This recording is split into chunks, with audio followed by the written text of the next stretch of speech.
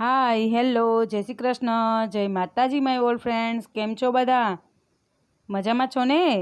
આજે આપણે બનાવશું લાલા ભગવાન માટેના આભૂષણ। તેના માટે મેં સૌથી પહેલાં કેનવાસનું એક પીસ લીધું છે।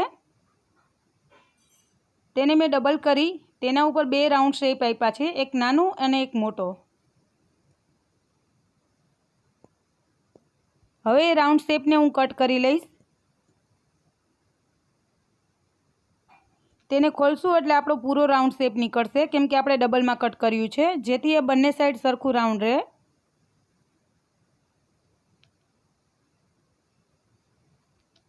હવે ઉપરના ભાગથી હું શરૂઆત કરીશ। ત્યાં મેં ગ્લુ લગાવી અને ડાયમંડની સર ચિપકાવી રહી છું।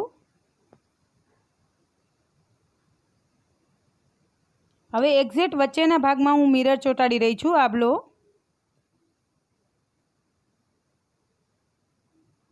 હવે ડાયમંડની સરની બાજુમાં હું રેડ કલરના જે ઝીણા મોતીની સર આવે છે તે ચિપકાવી રહી છું।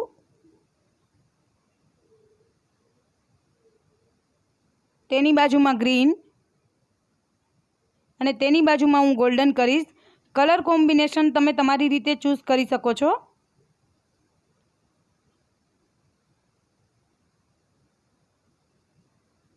જો તમને મારો આ વિડીયો પસંદ આવે તો પ્લીઝ મારા વિડીયોને લાઈક કરો, મારી ચેનલને સબસ્ક્રાઈબ કરો અને બગલમાં જે બેલ આઇકન છે તે દબાવવાનું ના ભૂલતા અને ખાસ તમારા ફ્રેન્ડ સાથે શેર કરવાનું ના ભૂલતા।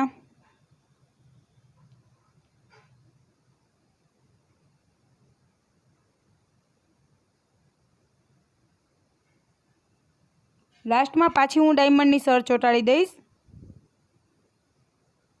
જેવું આપણે આ સાઈડ કર્યું છે તેવું જ સેમ આપણે બીજી સાઈડ કરી લેશું। હવે પાછળના ભાગમાં હું ગ્લુ લગાવી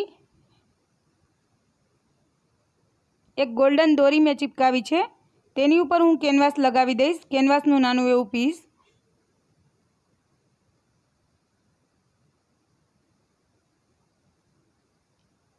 આપણો હાર રેડી છે, તો હવે આપણે બનાવશું લાલા ભગવાન માટેના કુંડળ, કાનમાં પહેરાવવા માટેના। તો તેના માટે મેં કેનવાસ ઉપર ગ્લુ લગાવી ઉપર બે ડાયમંડ લગાવી તેની નીચે હું 3 સર લગાવી રહી છું।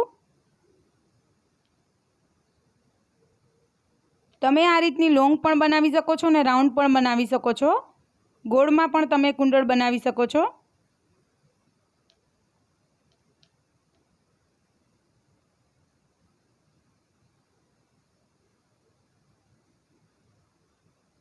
હવે સેજ એવું સુકાઈ જાય એટલે આપણે એક્સ્ટ્રા કેનવાસને કટ કરી દેશું।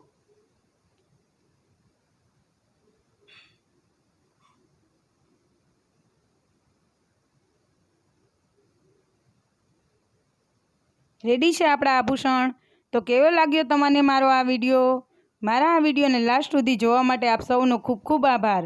મળશું આપણે નેક્સ્ટ વિડીયોમાં, ત્યાં સુધી આવજો, બાય, જય શ્રી કૃષ્ણ, જય માતાજી માય ઓલ ફ્રેન્ડ્સ, બાય।